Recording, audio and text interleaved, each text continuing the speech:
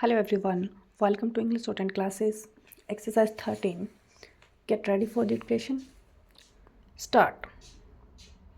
Export competitiveness, however, is only a function of the competitiveness of the entire economy. The poor state of our infrastructure is reducing our export competitiveness. The government has given the highest priority to the development of our infrastructure. Our various initiatives in this regard will start bearing fruit very soon. We have taken decisive action to speed up clearances for power projects and to expand and upgrade our airports and ports.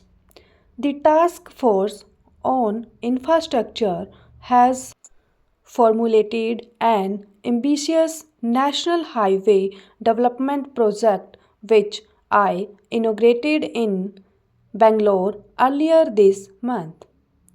Speed of movement of goods within the country and their shipment outside the country is critical for the success of our export efforts.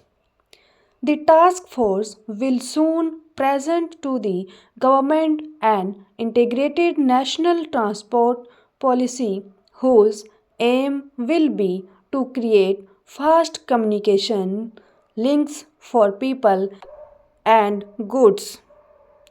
Cheaper and reliable telecommunication links with the rest of the world are crucial for increasing the competitiveness of Indian exports. A new telecom policy is now on the anvil.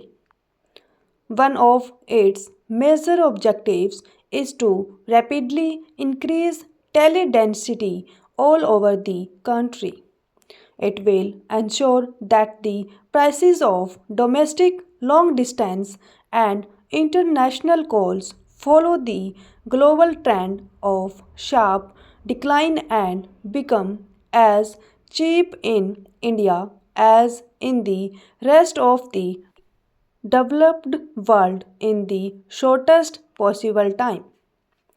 The new telecom policy will also be a big boon to India's software exporters. You are already aware of the many steps taken by the government to make India a superpower in information technology. We have received an excellent response from the industry in this regard. A recent happy development has been the signing of the free trade agreement between India and Sri Lanka, which will bring closer economic integration in the South Asian region. I am confident that this agreement will lead to greater trade between our two countries, which share so much in common. It will also lead to similar initiatives with our other neighbors in South Asia so that this region can become a closely linked economic region with benefits flowing to all the countries. Friends, the global economic slowdown in the last 2 years, coupled with the meltdown in financial markets in East Asia and elsewhere, have hurt our exports. In such testing times, it is all the more necessary that you take this adverse development as a challenge for all here. I am happy to be with you this morning to participate in the India Tourism Day celebrations. I congratulate all those who have been named for receiving the award. I call upon others to emulate the examples set by the award winners. Redouble your efforts within a healthy competitive spirit and work hard to achieve excellence in attracting more tourists, both domestic and foreign. We all know that tourism generates may more jobs for relatively less investment. It is capable of creating large scale employment opportunities, particularly in rural and backward areas where there are many attractive sites for tourists. It is potentially the biggest generator of foreign exchange. It is a non polluting industry. While foreign tourists generate goodwill for India around the world, domestic tourism is a powerful contributor to the cause of national integration. The government has therefore accorded high priority for the development of this sector through appropriate policies and programs. Tourism has often been misunderstood as an elitist activity without realizing its economic, social, and civilization significance. Travel from one place to another for the purposes of pilgrimage, pleasure, experience, education, and business is not the exclusive privilege of any class of society but a universal phenomenon.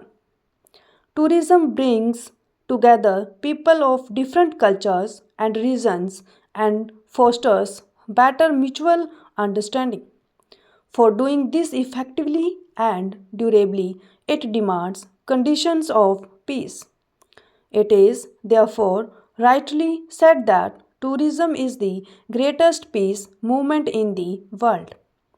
Therefore, I commend all of you working to promote tourism in India for also promoting the larger goal of peace and harmony around the world. Friends, on a day like this, it is natural for us to celebrate what India has achieved in the field of tourism. But it is equally necessary to focus our attention on the gap between our achievement and our own targets, and also the gap between the progress of tourism in India and that in other countries of Asia and the world. If there is any destination in the world which offers the widest choice to tourists, it is India. Nature tourism, culture tourism, exotic tourism, adventure tourism, and spiritual tourism. We have everything in India to cater to the diverse preferences of domestic and international tourists. Yet, our target of 5 million foreign tourists have not been achieved, whereas even smaller countries are getting tens of millions of tourists. Why is this happening? I readily acknowledge that, as in the case of other industries, inadequate infrastructure is a major constraint in the development of tourism. The infrastructure for tourism includes not only hotels, restaurants, and other site facilities but also basic amenities. Stop.